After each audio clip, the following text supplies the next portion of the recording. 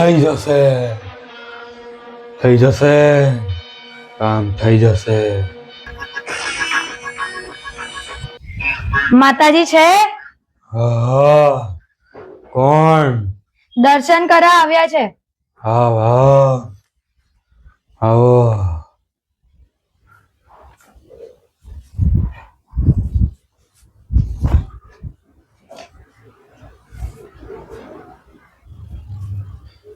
શું કામ છે? શું કામ છે? શું કામ છે? માતાજી, પરીક્ષામાં પાસ થવું છે, નપાસ થવાની બીક લાગે છે, કઈ ઉપાય કરો ને. કરું છું, શાંતિ રાખ બેટા. માતાજી, મારા પપ્પાને નોકરીમાં પ્રમોશન જ નથી મળતું, કશું કરો ને. થશે થશે, બહુ મોટું પ્રમોશન થશે. કેટલો ખર્ચો થાય માતાજી? એક જણના લાખ, એક જણના લાખ. માતાજી, લાખ રૂપિયા ખર્ચે પણ કામ તો થઈ જશે ને? થઈ જશે, હું હુકમ જોઈ લો.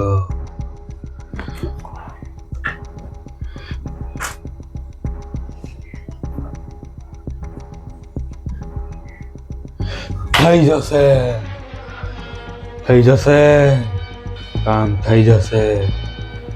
તમારું કામ થશે, હું બીજું જોઈ લો, રજા લઈ લો. તમારું કામ થાય થશે તો આ નાળિયેરમાં ચમત્કાર થશે ભાઈ.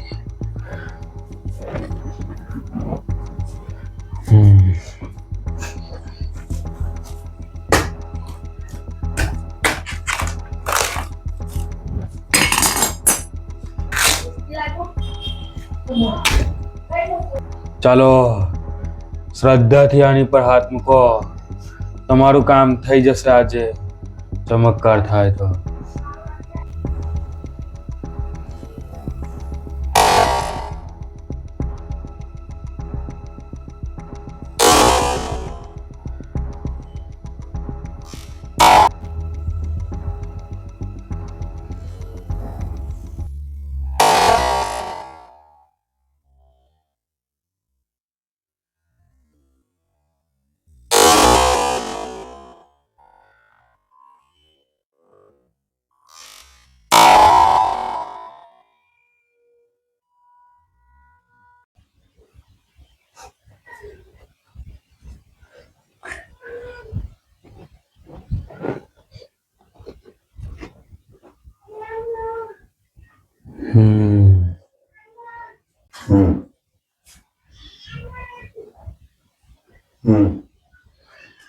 નાળિયેરમાં પણ કંકુ નીકળ્યું છે, જો તમારું કામ થઈ જશે.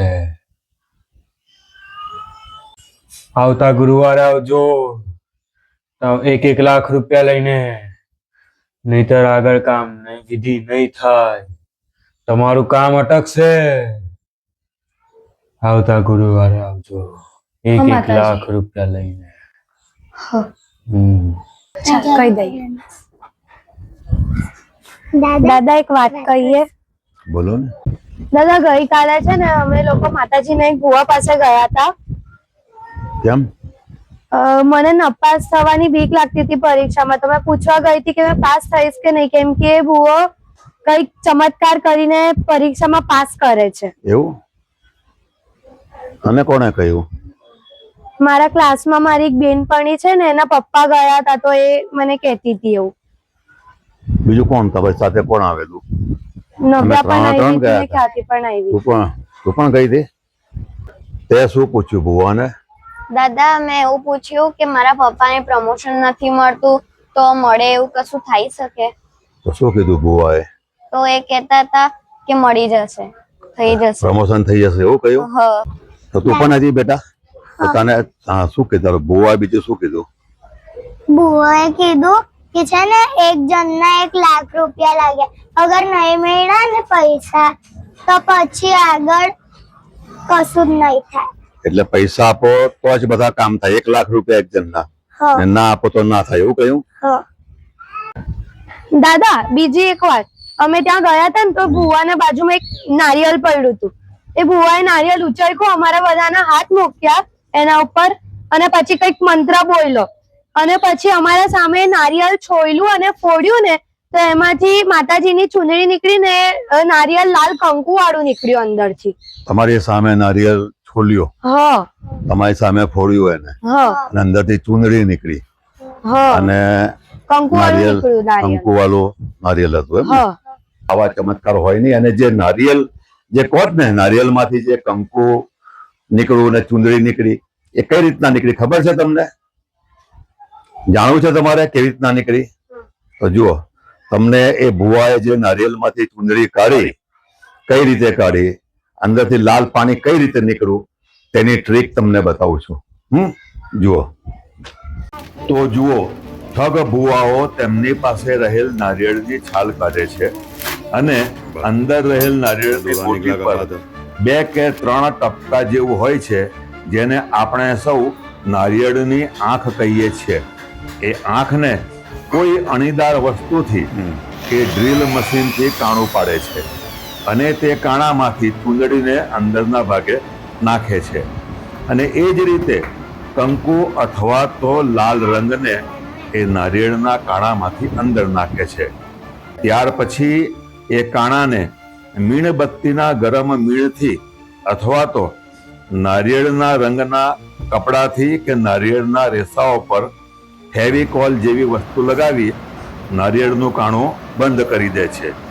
એ જ રીતે એ નારિયેળની છાલને ચોંટાડે છે અને તમારા જેવા કોઈ ગરજવાન જાય તો એ નારિયેળને તમારી સામે છોલે છે અને તમારી સામે ફોડે છે. ત્યારે એ નારિયેળમાંથી ચૂંદડી અને કંકુ કે લાલ રંગનું પાણી નીકળતા તમારા જેવા ગરજવાન માતાજીનો ચમત્કાર સમજી ભુવાની કરામતનો શિકાર બનો છો.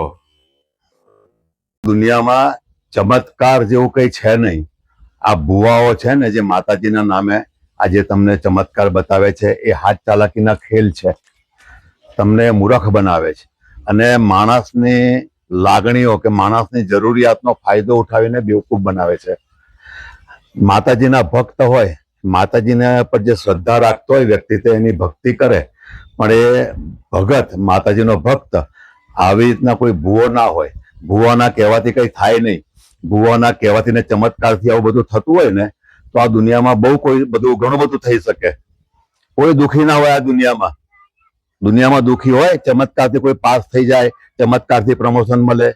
પાસ થવું હોય ને તો એના માટે મહેનત કરવી પડે, અભ્યાસ કરવો પડે, આત્મવિશ્વાસ રાખવો પડે. નોકરીમાં પ્રમોશન જોઈતું હોય ને તો એના માટે નોકરી માટે નિયમિત જવું પડે, પરફોર્મન્સ બતાવવું પડે, એવો વર્તન વ્યવહાર કંપનીમાં પણ હોવો જોઈએ. ધંધો કરવો હોય તો ધંધામાં પણ માણસે ઓતપ્રોત રહેવું પડે, સમયસર ધંધા પર જવું પડે, આવવું પડે તો ધંધામાં બરકત હોય. બાકી આવા ચમત્કાર હોતા નથી. આવા ચમત્કાર હોત ને તો દુનિયામાં કોઈ દુઃખી જ ના હોત. અને આવા કોઈ ચમત્કાર મને હું કહું કે મારી પાસે 5 વ્યક્તિ છે, મને પાસ કરી આપો, કોઈ ભુવાને કહું હું 5 લાખ આપું, કોઈ એવો ચમત્કાર મને કરીને બતાવે તો. એટલે તમે જે ભુવા પાસે ગયા હતા એને નારિયેળમાંથી જે રીતે ચૂંદડી અને કંકુ કાઢ્યું, કઈ રીતે કાઢ્યું એ કરામત તમને સમજાઈ ગયું ને? ભુવાઓ આવી ઘણી બધી કરામત કરે છે. એ કરામતને લોકો દેવીનો માતાજીનો ચમત્કાર માની લે છે અને મૂર્ખ બને છે, રૂપિયા ગુમાવે છે અને ઘણીવાર તો આ ભુવાઓના ચક્કરમાં આવીને લોકો હત્યા પણ કરી નાખે છે. એટલે આવા ભુવાઓની વાતમાં આવવાનું નહીં. આ બધી કરામત છે, આ કોઈ ચમત્કાર નથી. એટલે મૂર્ખ બનવાનું નહીં.